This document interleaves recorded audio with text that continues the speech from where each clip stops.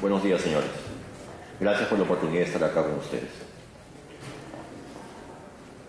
Lo que yo les quiero dar en una charla el día de hoy es un poco el rol de la superintendencia y ubicar el mercado de valores y el ámbito de acción del mercado de valores como ente supervisor. Veamos primero, por un lado, los fundamentos de la regulación. Siempre conocemos el tema de los mercados. Tenemos mercados, típicamente, mercados de bienes y servicios, mercados de dineros, mercados de monedas en general, pero a la vez que son mercados donde los precios se determinan en función de inflación o en función de devaluación de monedas, pero a la vez también tenemos mercados financieros desde el punto de vista de intermediación. En estos mercados se intermedia fundamentalmente, en el caso bancario, dinero, ¿no? Y hay una tasa de interés que es el costo del dinero, ¿no? Y en el caso del mercado de valores se intermedian valores mobiliarios y la tasa de interés ahí o el costo de esos valores mobiliarios se determinan en función al riesgo que estos valores involucran. Hablemos primero del concepto de activos financieros como un concepto general. ¿Qué es un activo financiero? Es cualquier elemento, cualquier documento que es una riqueza para unos y pasivo para otros. Podemos hablar de una acción, podemos hablar de una letra de cambio, podemos hablar de un depósito de ahorros en el banco, ¿no? Todo eso son activos financieros. ¿Cuáles son sus características principales? Principalmente, bueno, liquidez. Son activos usualmente líquidos, proporcionan en algún momento liquidez a las personas. Pero además hay un componente indisoluble de riesgo y rentabilidad, ¿no? Nosotros tenemos una acción, tenemos un bono, tenemos una letra de cambio, tenemos un cheque, tenemos un depósito en el banco, hay una rentabilidad, pero también hay un riesgo. El banco puede quebrar, la empresa emisora de la acción puede quebrar, el que me debe la letra de cambio no me puede pagar necesariamente o me paga parcialmente. Entonces existe siempre esa unidad indisoluble de riesgo y rentabilidad. ¿Cuáles son las funciones de los activos financieros en general? Transferir fondos, a través de esos transfieren fondos de personas que necesitan dinero, de personas que tienen dinero a personas que necesitan dinero para invertir en general, y transferencia de riesgos, ¿no? Los activos financieros se van transfiriendo con los riesgos involucrados en esto. ¿Cuál es la finalidad principal de un activo financiero en general? Conversión de flujos de corto plazo en activos de largo plazo. Ejemplos simples: el banco, nosotros depositamos ahorros en el banco por 1 o 2 años y el banco con esa suma de ahorros otorga préstamos hipotecarios a 20, 25, 30 años. Igual pasa en las empresas, se emiten acciones o se emiten bonos a 20, 30 años para financiar la construcción de una empresa, de una planta eléctrica, por ejemplo, ¿no? Pero evidentemente las personas que están comprando esos bonos no piensan tener el papel necesariamente por 20 años, sino lo piensan vender en algún momento en el mercado secundario. Vamos a ver eso más adelante. Pero lo importante es, finalmente, convierte recursos a corto plazo en financiamiento de largo plazo. Veamos un poco el esquema de los mercados financieros. Hay dos tipos de mercados financieros, ¿no? El primero es el mercado financiero, la intermediación financiera indirecta, como se llama así, donde los agentes superavitarios, llamemos personas con ahorros, que tienen ahorros en sus bolsillos, acuden a una entidad financiera para depositar esos ahorros y a su vez la entidad financiera es la que presta esos recursos a los agentes deficitarios, a las personas que necesitan fondos, ¿no? Esa intermediación, la intermediación financiera indirecta, ahí quien está asumiendo el riesgo y quien evalúa qué tan buen pagador o qué tan mal pagador va a ser el agente deficitario es la entidad financiera, es el banco, ¿no? Entonces, finalmente, si el agente deficitario no cumple con su obligación de pagar lo que tiene que pagar, el que está asumiendo el riesgo en primera instancia es la entidad financiera, no el ahorrista. El ahorrista para él es: yo te di a ti banco X soles, tú me devuelves X soles. Si tú le has prestado a alguien esos soles y no te prestaron y no te pagaron, es tu problema. Claro, hasta cierto nivel es problema solo el banco. Si es que muchos prestamistas no pagan, el banco quiebra y ahí sí se convierte en un problema del ahorrista. Pero en cualquier caso, en un esquema regular, normal, no hablemos de quiebras, estamos diciendo de que el riesgo crediticio de los agentes deficitarios, el riesgo de que los agentes deficitarios no paguen sus obligaciones, lo asume en primera instancia la entidad financiera. Y los ahorristas lo que asumen es el riesgo crediticio de la entidad financiera, ¿no? Hay ahí una intermediación y una conversión de riesgos, una evaluación de riesgos en el medio. Veamos en el tema del sistema financiero directo. En el sistema financiero directo, en la intermediación financiera directa, tenemos también agentes superavitarios, gente que tiene excedentes de dinero, que los quiere colocar. Tenemos también agentes deficitarios, personas que necesitan esos recursos para invertirlos, para destinarlos a inversiones. Pero a su vez tenemos en el medio entidades mediadoras y tenemos un mercado de valores. A este mercado, los agentes superavitarios y deficitarios acuden a este mercado de la mano de agentes mediadores, de entidades mediadoras, socios, agentes de bolsa, socios administradores de fondos de inversión o fondos mutuos, etcétera, para que las personas, los superavitarios y los deficitarios se encuentren entre sí. Es decir, ellos, los superavitarios, otorgan directamente su dinero, sus recursos, a los agentes deficitarios. No se lo otorgan a la entidad mediadora, se lo otorgan de frente al agente deficitario. Evidentemente, los costos para esto van a ser mucho más favorables para ambas partes. En el tema del sistema financiero indirecto, cuando hay bancos de por medio, ustedes depositan sus ahorros en el banco, ¿cuánto les pagan? 0.5%, 1%, 2% quizás con suerte. Y por el otro lado, el banco le presta a las empresas que necesitan recursos. ¿Cuánto le cobran de tasa de interés? 10, 12, 15, 20, 30, 40 y más. ¿No es cierto? En cambio, en el sistema y ese spread o ese diferencial es ganancia del banco, y el banco con eso también cubre sus costos o los gastos que puede incurrir.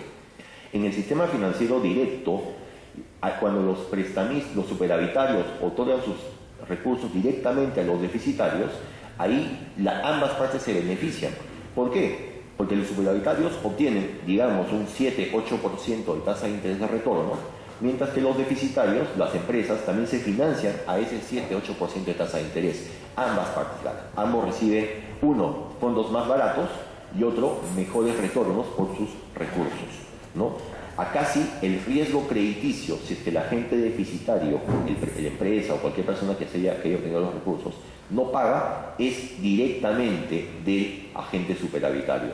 No hay alguien al medio que transforme esos riesgos. Aquí hay un poco más de riesgo, sí, pero hay también mucha más rentabilidad, ¿no? Y nuevamente, desde el principio les comenté, riesgo y rentabilidad están unidos entre sí, intrínsecamente unidos entre sí. Si algo es muy poco riesgoso y muy rentable, usualmente eso es mentira, no falta información, algo no está funcionando correctamente. Entonces, en el mercado efectivamente decimos, tenemos riesgos, ¿no? No existe un rendimiento asegurado de retorno, a diferencia del sistema bancario, donde ustedes depositan su plata y en teoría les van a dar pues su 2% dentro de un año, ¿no? Acá no, acá hay una posibilidad, hay un riesgo de que eso efectivamente ocurra o de que no ocurra, ¿no? Se asume directamente el riesgo del emisor, de la persona deficitaria que ha obtenido esos recursos del mercado, ¿no? No existe un intermediario que transforme riesgos, a diferencia del sistema bancario, donde el banco transforma riesgos, pero por esa transformación el banco evidentemente se queda con una buena porción de la tasa de interés, ¿no? Los precios de los valores, ¿y cuáles son los dos riesgos principales en el mercado de valores? Uno, los precios de los valores pueden subir o bajar, en gran medida o no. El tema es más evidente en el caso de acciones, las acciones pueden subir o bajar. Ese precio de los valores se denomina riesgo de mercado. Y además, el otro riesgo principal que existe en el mercado es la calidad crediticia de la persona que debe, ¿no? Por ejemplo, una empresa emite bonos en el mercado y mañana su calidad crediticia se deteriora, su situación financiera en general se deteriora y está en mayor riesgo de no pagar los bonos que ha emitido en el mercado. Esa calidad crediticia, ese deterioro de calidad crediticia es lo que se llama el riesgo de crédito, ¿no? Ambos son los principales riesgos en el mercado. Ahora, ya enfocándonos en el mercado de valores, entremos un rato a lo que es el mercado de valores, a los mercados que existen en el mercado de valores. ¿Sí? Primero tenemos el mercado primario. ¿Qué es el mercado primario? El mercado primario es aquel mercado donde los emisores de valores, las empresas por ejemplo, emiten primariamente, originariamente, instrumentos que son comprados por los inversionistas, ¿no? Emisión primaria de bonos, emisión primaria de acciones, ¿no? Ese es el mercado primario. Y el mercado secundario es cuando esos inversionistas en algún momento, alguien compra un bono a 20 años, evidentemente no se piensa quedar con el bono los 20 años necesariamente, quieren en algún momento hacer líquida esa inversión. ¿Qué hacen los inversionistas? Transfieren esos papeles hacia otros inversionistas, ¿no? Venden en el mercado secundario los valores comprados en algún momento en el mercado primario. Entonces, en el mercado primario, quien obtiene los recursos es el emisor. Él obtiene recursos, emite valores a cambio de esos recursos. Emite bonos, emite acciones, ¿no? Luego, los inversionistas que compraron esos bonos o esas acciones, a su vez quieren liquidar, hacer líquida su posición, volverla a cash. ¿Qué hacen? venden esos valores a otros inversionistas. ¿Esto dónde? En el mercado secundario. Ambos mercados están intrínsecamente unidos entre sí, ambos son interdependientes. Si ustedes no tuvieran la seguridad o la certeza de que van a poder vender los bonos o las acciones que compren a otras personas cuando necesiten el dinero, es muy difícil que ustedes compren esos papeles a los emisores, ¿no? Entonces ambos mercados requieren estar unidos. Los emisores también colocan sus papeles, pero tratan de asegurar que existe un mercado secundario de esos papeles para que las personas puedan comprar con más confianza, porque saben que cuando compren y cuando quieran vender esos papeles van a tener alguien en el mercado secundario que les compre esos papeles y ellos obtengan nuevamente liquidez, cash, ¿no? Ambos mercados, como por eso le digo, están intrínsecamente relacionados entre sí, y en ambos mercados estas ofertas de valores, esos emisores que ofrecen valores o estos inversionistas que transfieren los valores previamente emitidos a otros inversionistas, puede hacerse mediante oferta privada o mediante oferta pública. Cuando se hace mediante oferta pública, el Estado entra a supervisar, la SNB en el caso del Perú.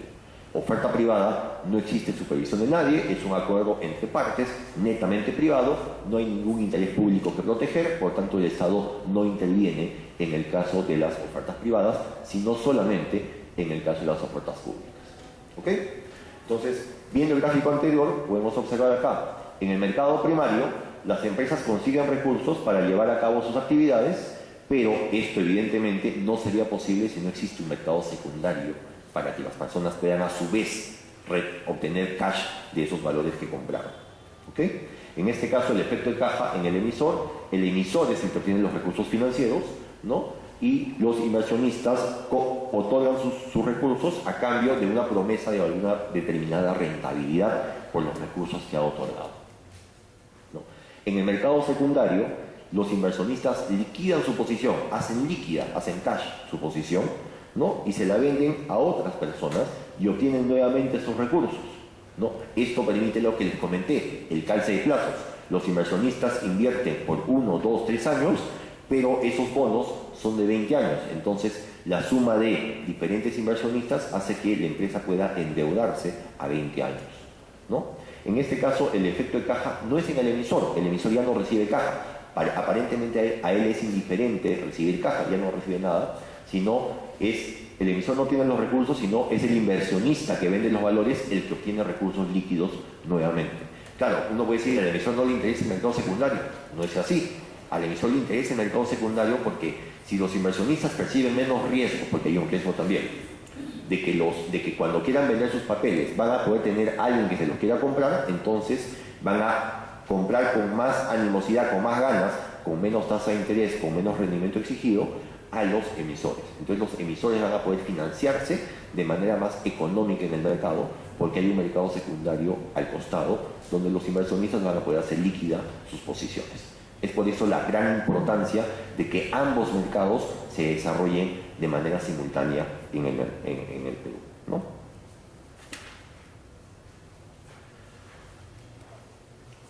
Veamos ahora los efectos de la negociación secundaria en un papel. O sea, cuando un instrumento se inscribe, un emisor inscribe sus valores por oferta pública primaria, presenta información al Estado, al Registro Público de Mercado de Valores, que es administrado por la Superintendencia de Mercado de Valores. Esta información es para que se otorgue, se dé información pública, esa información se pone a disposición del mercado en general, para que el mercado pueda conocer información sobre la empresa y sobre los riesgos que supone prestarle a esa empresa, porque ahora ahí sí es importantísimo que el inversionista conozca cuál es la situación financiera, la situación real, la capacidad de pago de la empresa a la que él le está prestando directamente sus recursos, ¿no? A partir de esto, los emisores tienen que inscribir sus valores en el Registro Público de Mercado de Valores y a partir de ese momento el emisor está obligado a brindar información continua al mercado. Información de manera continua al mercado, aquella información que pueda influir en la decisión de los inversionistas de invertir en el valor, de no invertir o de cuánto pedir por la inversión en el valor, ¿no? El precio, la tasa de interés de los valores que está en los valores de las inversiones. Dentro de esta información continua que tenemos, por ejemplo, hechos de importancia, las cosas que pueden ocurrir día a día en el devenir de la empresa, que sean relevantes, la empresa tiene que informarlos, ¿no? Cambio de gerentes, cambio de administración, un cambio en el accionariado, una compra o una venta de un activo importante, una fusión, una decisión, hay un juicio relevante, una cotación tributaria por montos altísimos, hay una serie de hechos relevantes, de hechos de importancia, que pueden influir en los inversionistas y por tanto tienen que ser revelados al mercado de manera inmediata, ¿no? Además, ¿qué tenemos? Información financiera trimestral y anual, siguiendo estándares, los principios de contabilidad o las normas internacionales de elaboración de información financiera, ¿no? Para que sea información comparable, ¿no? Ustedes pueden comparar, quieren saber cómo está esta empresa minera, la comparan con cómo está la otra empresa minera en sus situaciones financieras, porque ambas tienen las mismas reglas para elaborar su información financiera, información comparable entre sí. Y finalmente, dentro de la información, además de otras cosas, tenemos la memoria anual, ¿no? Una memoria anual que es qué pasó, es una memoria sobre cuáles fueron los logros de la empresa en el ejercicio que acaba de cerrar. Esta también es parte de la información que los inversionistas necesitan para medir el riesgo de la inversión que están asumiendo. ¿Sí? Obviamente también en el caso de instrumentos de deuda tenemos que los inversionistas tienen información sobre la clasificación de riesgo de los valores. Hay una entidad ajena al emisor que clasifica permanentemente el riesgo de los valores y establece categorías, AAA, AA, BBB, ustedes habrán escuchado esas categorías de riesgo, ¿no? Es una clasificación, resumes en 3 letras qué tan riesgoso o qué tan posible es que el emisor te pague o no te pague el valor que estás teniendo en tu mano. ¿Cuáles son las otras características del mercado secundario? El mercado secundario típicamente es la negociación en la Bolsa de Valores de Lima, típicamente, ¿no? El mercado secundario está supervisado por la Superintendencia de Mercado de Valores. La negociación en los mercados secundarios también constituye oferta pública y por tanto tiene que haber información para que los inversionistas conozcan información. Información del emisor, lo que les comentaba, hecho información financiera, información sobre el valor, qué características tiene el valor, qué derechos y obligaciones tiene el valor, qué tasa de interés paga, tiene dividendo preferente, no tiene dividendo preferente, etcétera, cuándo paga los dividendos preferentes, etcétera, e información sobre la oferta del valor, vale decir, a cuánto se está cotizando ese valor hoy día. Quiero vender una acción de Bacus o de Telefónica, cuánto está la acción de Bacus o de Telefónica hoy día, eso me da una referencia de cuánto puedo yo conseguir por mis acciones de Bacus o de Telefónica, ¿no? Información sobre la negociación del valor. Toda esa información es relevante y toda esa información, dado que estamos hablando de ofertas públicas. Además, en el mercado secundario hay algunas presunciones especiales para que buscan asegurar la confiabilidad de las operaciones que se realizan en bolsa. Acordémonos, en la bolsa se negocia de manera ciega, es decir, yo no sé a quién estoy vendiendo o a quién estoy comprando. Yo solo sé que estoy comprando una acción de la empresa XX o un bono de la empresa ZZ. No me importa quién me vendió ni quién me compró, pero por tanto hay que darle seguridad jurídica a esas operaciones. En la búsqueda de dar seguridad jurídica a esas operaciones es que, por ejemplo, hay una regla especial en los mecanismos centralizados de negociación, donde se dice que las ventas, ahí se presume que las ventas hechas en mecanismos centralizados tienen el consentimiento del cónyuge.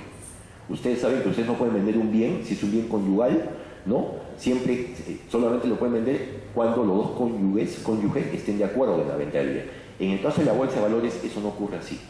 El que vende la acción se presume que de pleno derecho, a una presunción absoluta, de que su cónyuge también ha aceptado la venta de ese valor. ¿Eso para qué?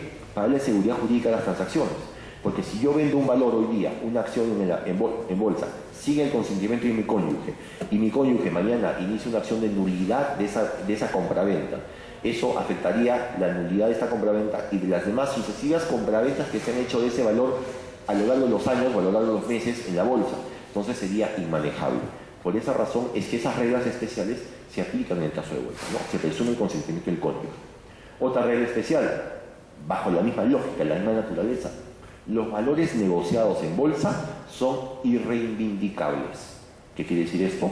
Que aún en los casos de mala fe, la regla general es, si una persona vende algo de mala fe, vendo algo que no es mío, por ejemplo, de mala fe, el dueño legítimo de estos bienes puede perseguir el bien, puede ir y pedir la nulidad de esos actos, esas compraventas, para él recuperar el bien. En el caso de bolsa, no. En el caso de bolsa, aun cuando yo venda acciones con mala fe, si yo los vendo en bolsa, en un mercado ciego, esas acciones son absolutamente irreivindicables. Yo, si actúo de mala fe, tendré que responder por daños y perjuicios con las personas perjudicadas por la venta. Pero sería un tema de responsabilidad, daños y perjuicios, contractual o extracontractual. Pero la operación en sí, la operación de venta, no se puede deshacer, ¿no? Porque nuevamente, estas acciones se compran en un mercado ciego y eventualmente se siguen vendiendo sucesivamente en el mercado. Deshacer una operación significaría deshacer miles, hasta miles de operaciones sucesivas, y eso afectaría la transparencia y la integridad de la negociación en bolsa en general. Esto a nivel mundial.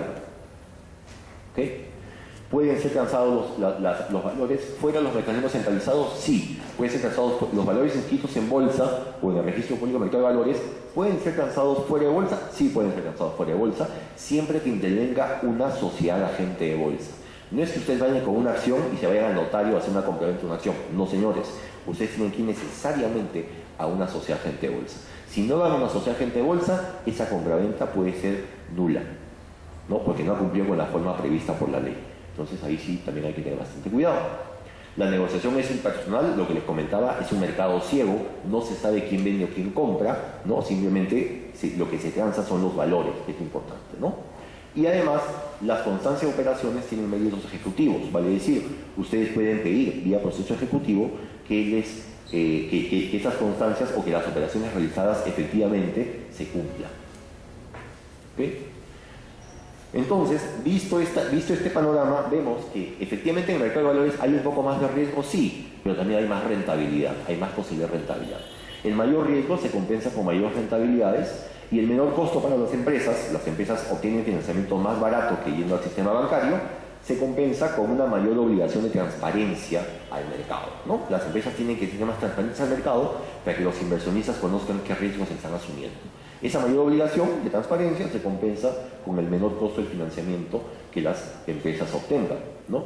En este caso los emisores evidentemente, y hay un tema de obligación de transparencia porque los emisores también se encuentran en ventaja frente a los inversionistas, ¿no? Por un lado tienen una ventaja estratégica, ellos cumplen al final, ellos levantan dinero hoy día y pagan ese dinero en 20 años o en 10 años, o sea, cumplen después de 10 años, ¿no? Y por otro lado, una ventaja informativa. ¿Quién mejor que ellos para saber si su negocio es un buen negocio o no? Ellos conocen mejor que nosotros inversionistas si el negocio en el que están metidos, industrial, bancario, financiero, el que sea, es una buena idea de negocio o no, cuáles son sus perspectivas futuras, etcétera, ¿no? Entonces ellos tienen mayor ventaja informativa también sobre los riesgos del negocio en general. Esa asimetría informativa, esa diferencia informativa entre los inversionistas y los emisores se tiene que suplir a través de una intervención del Estado para lograr que se revele información suficiente, para que se logren niveles altos de transparencia y los inversionistas tengan mayor información y sobre esa mayor información puedan tomar sus decisiones de inversión. Entonces, con esto, ¿cuál es la actuación del Estado? La pregunta que se hace, ¿no? El Estado debe verificar que las empresas que van a ir al mercado público de valores sean adecuadamente solventes o tengan la real capacidad de pago para pagar lo que tengan que pagar en el mercado público. Ese es el rol del Estado para evitar que mañana más tarde, si una empresa quiebra, el público se vea perjudicado por esa quiebra. ¿Ese es el rol del Estado? Nosotros decimos no, ese no es el rol del Estado. Nuestro rol, ¿por qué? Tiene algunos problemas, ¿no? ¿Qué pasa si el Estado autoriza, efectivamente esta empresa me parece solvente, a esta empresa la autorizamos para que entre al mercado público de valores? Y en el mercado público de valores, por alguna razón, ¿qué puede pasar? La empresa al final no es capaz de pagar lo que tenga que pagar. Entonces, si el Estado autorizó, mañana el inversionista va a venir a decir, Estado, tú indemnízame porque tú autorizaste a esa empresa que al final acabó quebrando. Por tanto, tú, Estado, indemnízame y tú págame eso que la empresa me dejó de pagar. Evidentemente, ese no es el rol del Estado, ¿no? El tema es ahí, ¿cuáles son los criterios para distinguir qué empresa sí es solvente y qué empresa no es solvente? Mi percepción de riesgo o mi adversión a riesgo es absolutamente diferente a la adversión a riesgo que cada uno de ustedes tiene, ¿no? Cada uno de nosotros, porque tenemos familia, porque estamos en diferentes edades de nuestra etapa productiva o en nuestra etapa laboral y generación de flujos futuros eventualmente, tiene percepciones de riesgo absolutamente diferentes. Algunos son muy arriesgados, prefieren invertir en temas muy arriesgados, otros son muy conservadores y prefieren invertir en operaciones absolutamente muy poco rentables, pero sumamente seguras. Cada uno tiene una percepción diferente. Entonces, a razón de que el Estado o los funcionarios del Estado podrían estar diciendo el riesgo adecuado para el público es este o el riesgo adecuado para el público es este otro, mayor o menor, no se podría, ¿no? Por esa razón decimos que el Estado, lo que tiene, la función del Estado es obligar que a las personas que desean participar en el mercado cumplan con revelar información a los inversionistas de manera veraz, suficiente y oportuna. Brindar información veraz, suficiente y oportuna para que los inversionistas tomen su propia decisión. Ellos toman su propia decisión, ellos deciden si invierten o no invierten, ellos asumen el riesgo. Si al final les salió exitosa la inversión y tienen una alta rentabilidad, enhorabuena, que la disfruten. Si al final la inversión no fue tan exitosa y la rentabilidad no fue la esperada, ellos asumieron el riesgo y no tienen de qué quejarse porque tuvieron información y sobre esa información invirtieron, arriesgaron y eventualmente ganaron o perdieron, ¿no? Entonces ese es fundamentalmente el rol del Estado, ¿no?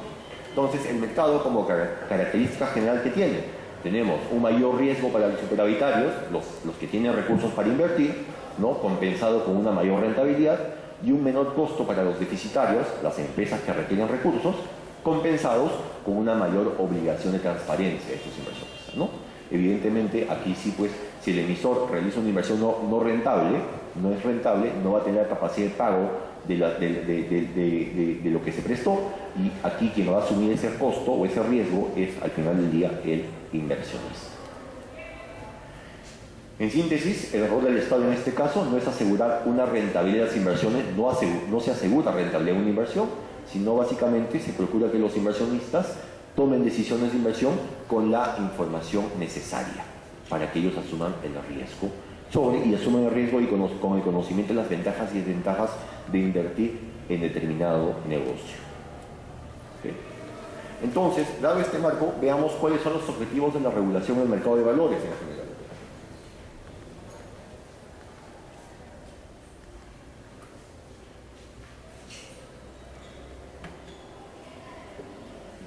¿Cuáles son los objetivos de la regulación en el mercado de valores? Primero, es la necesidad de garantizar la eficiente asignación de recursos del ahorro a la inversión. Eficiente, es decir, que realmente las personas le presten y le pidan una tasa de interés o un retorno adecuado al nivel de riesgo de la persona a la que le están prestando. Es una empresa muy grande, muy solvente, muy poco riesgosa, le prestarán a ustedes a 7, 8%, 7%, digamos. Es una empresa más riesgosa, tiene más posibilidades de que no les paguen, están asumiendo ese mayor riesgo, ustedes le prestarán al 15%, por decir una cifra inventada, ¿no? Entonces la idea es, eso es eficiente. Ustedes asignan más tasa de interés a aquellas empresas más riesgosas y menos tasa de interés a aquellas empresas menos riesgosas. Eso porque tienen información. Si no tuvieran información, ustedes le darían de repente a ambas empresas un préstamo al 10%, por hacer un ejemplo. Le estarían cobrando demasiado caro a la empresa menos riesgosa, que podría endeudarse a 7, y demasiado barato a la empresa más riesgosa, que debería endeudarse a 15, ¿no? Entonces, la idea del mercado es transparencia para que la asignación de los recursos sea eficiente. Prestes a 7 a quien debas prestarle a 7, prestes a 15 a quien debas prestarle a 15% de tasa de interés, ¿no? Protección, el segundo es la protección de los agentes que interactúan en el mercado de valores, ¿no? Es otorgarle confianza a los inversionistas. No es asegurar su rentabilidad, sino es otorgarle confianza. Nadie va a entrar a este mercado, el que entre a este mercado va a entrar actuando con transparencia. Y nadie va a entrar a este mercado manipulando precios o generando algún tipo de distorsiones en la negociación que afecten a otras personas, usando información privilegiada o cosas por el estilo. Ahí el Estado se encarga de supervisar eso para lograr mayor confianza en los inversionistas. Cuando los inversionistas sepan que este mercado es justo, si saben que este mercado es justo, es adecuado, es eficiente, van a entrar con más confianza al mercado. Van a haber más inversionistas en el mercado. Y si van a haber más inversionistas en el mercado, va a haber más oferta de dinero. Y hay más oferta de dinero, la canalización de recursos se vuelve más eficiente, ¿no? La tasa de interés en general suele volverse más eficiente. Controlar las imperfecciones del mercado, controlar las asimetrías de información que existan en el mercado. Fundamentalmente, uso de información privilegiada. Temas donde hay gente que tiene información privilegiada, mayor información que otros, y se trata de aprovechar esa información queriendo hacer transacciones en bolsa, aprovechándose de esa información. La idea es que el supervisor controle esas asimetrías, controle esas imperfecciones, y si alguna vez detecta alguna, la sanciona de manera muy severa. ¿no? Y finalmente, todos estos elementos que buscan contribuir a la correcta formación de precios de los valores que se cotizan en el mercado, ¿no? La idea es los valores, la correcta formación de precios en precios eficientes, razonables, que sean eficientes para ambas partes, ¿no? No es tasas de interés baratas simplemente porque sean baratas, sino una tasa de interés que sea un punto de equilibrio justo entre los inversionistas y las empresas o los emisores que necesitan esos recursos. Una tasa de interés razonable para ambos, un rendimiento razonable para ambos. ¿Qué principios rigen el mercado? Bueno, más o menos los hemos ido adelantando en esa exposición, ¿no? El principio de transparencia, ¿no? Donde los inversionistas deben tener información veraz, suficiente y oportuna sobre, yo les comentaba, sobre una sociedad, ¿no? La información financiera, hecho importancia, directorio, control, proyectos, etc. Sobre los valores de esa sociedad, los derechos que dan las acciones, cuántas acciones están emitidas, cuándo pagan los dividendos preferentes, si pagan dividendos o no pagan dividendos, cuál es su política de dividendos, etc., cuántos directores puede elegir con las acciones, etc., y sobre las operaciones que se realicen con esos valores. ¿A cuánto están cotizando esas acciones hoy día? ¿A cuánto cotizaron ayer? ¿Quién compró esas acciones en términos mayores? Hay un accionista grande que empezó a comprar, o un accionista grande de más del 10% que empezó a vender de manera inusual acciones. Eso quiero saberlo para yo tener mejor información y invertir mejor o tomar mejor mi decisión de inversión en este caso, ¿no? Entonces, la idea de acá es el principio de transparencia, asegura que la información sea similar para todos los inversionistas, y es por eso que la información se canaliza a través del registro público de mercado de valores que tiene la Superintendencia de Mercado de Valores, porque ahí esa información se canaliza ahí y ahí todos los inversionistas pueden acudir a ese registro y obtener el mismo nivel de información, ¿no? El segundo principio, protección al inversionista. Nuevamente, este principio lo que busca no es asegurar rentabilidades. No es que si el inversionista invirtió en un bono que le pagaba 7 y nunca le pagaron el 7, él se va a quejar. No, ese es parte del riesgo de mercado en general, o riesgo de crédito. No, acá lo que se busca es proteger a los inversionistas frente a actuaciones fraudulentas en el mercado, ¿no? Manipulación de precios, uso indebido de información privilegiada, situaciones de ese tipo, que son situaciones de abuso de mercado que afectan a los inversionistas, porque a unos inversionistas cuando alguien gana algo a costa de alguien, y ese alguien puede ser los inversionistas. La idea es, si alguien usa indebidamente información privilegiada, que sea efectivamente sancionado por esa actuación, ¿no? Después tenemos el principio de igualdad. Todos los inversionistas que actúan en el mercado deben ser tratados por igual, sin que ninguno de ellos pueda sacar ventajas o pueda sacar ventajas respecto de otros. Una simetría de tratamiento, una simetría en la información, ¿no? Si se dan cuenta, este principio está muy ligado a los principios anteriores, al principio de transparencia y al principio de protección al inversionista, sumamente ligado a esos principios. Y por último tenemos el principio de imparcialidad. Los agentes que intervienen en el mercado, las sociedades agentes de bolsa, los fondos mutuos, las asociaciones emisores de fondos mutuos o fondos de inversión, deben actuar de manera imparcial frente a sus clientes. Si tienen dos clientes con dos operaciones opuestas entre sí, uno quiere vender lo más caro posible, otro quiere comprar lo más barato posible, la misma acción, debe actuar con neutralidad. Y eventualmente, si existe un vinculado a la sociedad agente de bolsa por un lado y un cliente por el otro, debería tratar de actuar privilegiando las necesidades del cliente, no del vinculado, ¿no? Ese es el principio de imparcialidad. Todos estos principios que buscan fundamentalmente dos cosas: lograr la confianza de los inversionistas. Nuevamente, los inversionistas, en la medida que confíen en el mercado, van a acudir en mayor volumen, en mayor cantidad del mercado e invirtiendo cada vez más recursos en este mercado, y este mercado va a crecer y se va a volver un círculo virtuoso de crecimiento para todos, ¿no? Y por otro lado, contribuir a la correcta formación de los precios, ¿no? Los precios eficientes en el mercado. No muy altos, no muy bajos, eficientes. No baratos, no caros, eficientes. ¿Ok? De todos estos roles, o siguiendo estos principios, ¿qué hace el regulador? ¿Qué hace la Superintendencia de Mercado de Valores? ¿Cuál es su rol concretamente? Lo mismo, bueno, vamos a ir, velar por el desarrollo de los mercados eficientes, ¿no? Lograr que exista un número cada vez mayor de ofertantes y demandantes de valores, porque eso nos logra tener un mercado más líquido, más eficiente, a tasas más competitivas en general, ¿no? Velar por que exista información completa y oportuna y suficiente en el mercado. Los emisores brinden información suficiente en el mercado, y también cuidar de que los costos de transacción para obtener información, para transar valores, ¿no? Para vender o comprar valores y para obtener información en general, no distorsionen la determinación de los precios, ¿no? Reducir lo más posible los costos de transacción para evitar distorsiones en la determinación de precios de los valores que se cotizan en el mercado. Además de ese rol, que es el principal, tenemos ahí velar por la protección de los inversionistas, que explicamos hace un momento, y velar también por la estabilidad sistémica, porque sabemos que si existe un pequeño tema, en alguna sociedad que participe en el mercado de valores, esto eventualmente podría generar un efecto dominó y desestabilizar todo el sistema de mercado en general. Entonces también parte de nuestro rol es cuidar esa estabilidad sistémica, al igual que lo hace la SBS en el caso del sistema bancario, ¿no?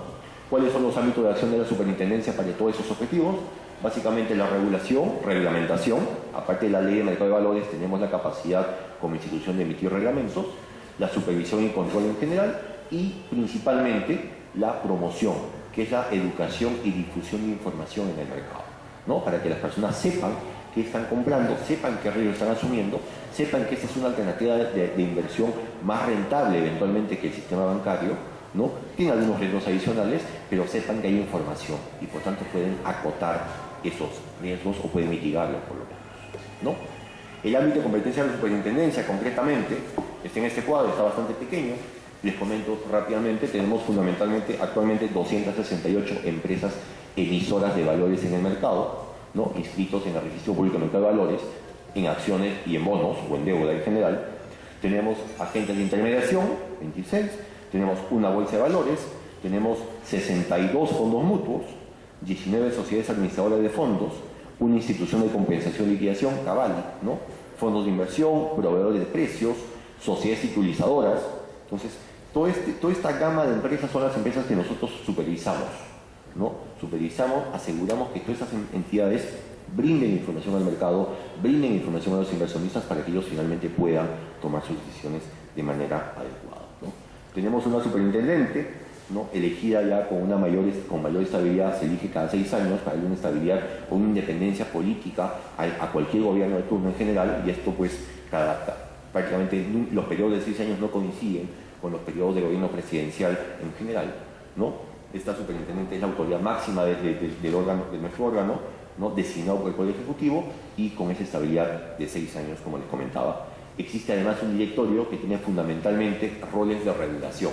El directorio de la Superintendencia de Mercado de Valores es el que reglamenta o regula o emite las normas en la superintendencia. Y este directorio es un directorio bastante variopinto. Tiene representantes de la superintendente, el superintendente de Mercado de Valores, evidentemente, que lo encabeza, un representante del Ministerio de Economía y Finanzas, un representante del Banco Central de Reserva, uno de la SBS y finalmente un director independiente. Un director independiente con altas calidades y altos requisitos o restricciones, que para que no tengan ningún conflicto de interés con las entidades privadas supervisadas por nosotros, por la superintendencia, ¿no? Este conjunto de 5 directores asegura una confluencia de conocimientos y opiniones que logra que nuestra reglamentación sea mucho más eficiente, más óptima, o sea óptima en general, ¿no? Y finalmente, para mostrarles un poco la composición, tenemos órganos, básicamente, además de otros órganos de apoyo, 3 órganos de línea en la superintendencia. La superintendencia adjunta de supervisión de conducta de mercado, que fundamentalmente supervisa a los emisores de valores, la difusión de información por parte de los emisores de valores y las transacciones que se realizan en la bolsa de valores, ¿no? Y ellos sancionan, investigan y previenen casos de manipulación de precios, uso indebido de información privilegiada y otras situaciones de abuso de mercado también, ¿no? Ellos también controlan la presentación de información financiera de esas empresas, ¿no? Y a las empresas clasificadoras de riesgo.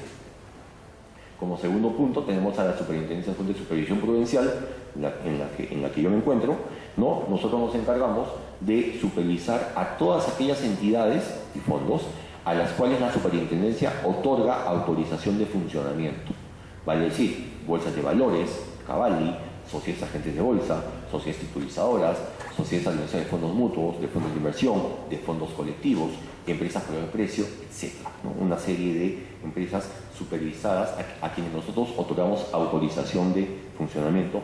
Y finalmente, como órgano de línea, porque también es relevante, comentamos ustedes el tema de la difusión y la investigación, está la Superintendencia Adjunta de Investigación y Desarrollo, que es la que se encarga de realizar investigaciones para promover mejor el mercado de valores y a la vez de difundir el mercado de valores en general, para que las personas puedan conocerlo mejor y vean que es una alternativa adicional para la canalización de sus inversiones en este mercado, ¿no? Entonces, con esto doy por concluida la charla, les agradezco su atención. Hemos sido un poco rápido porque realmente es una pincelada muy rápida de todo lo que hacemos en la superintendencia, y nuevamente muchas gracias por su asistencia.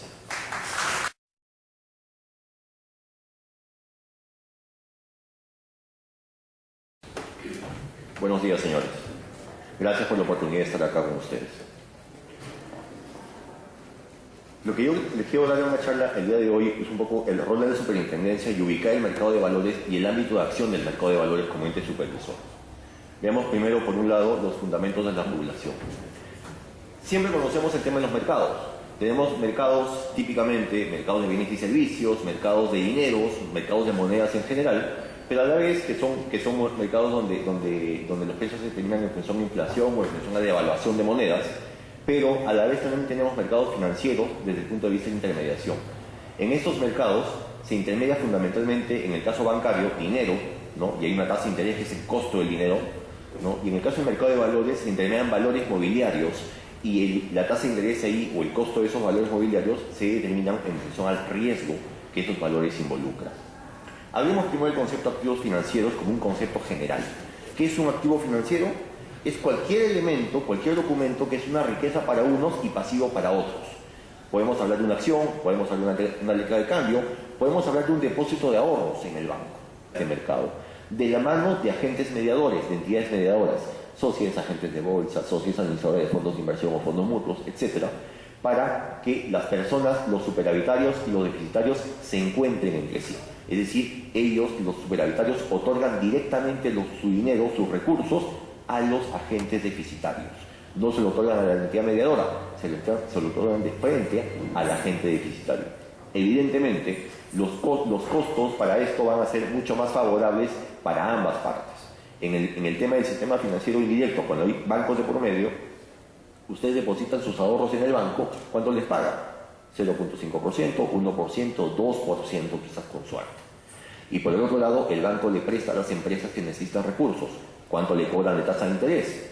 10, 12, 15, 20, 30, 40 y más, ¿no es cierto? En cambio, en el sistema y ese spread o ese diferencial es ganancia del banco, y el banco con eso también cubre sus costos o los gastos que puede incurrir.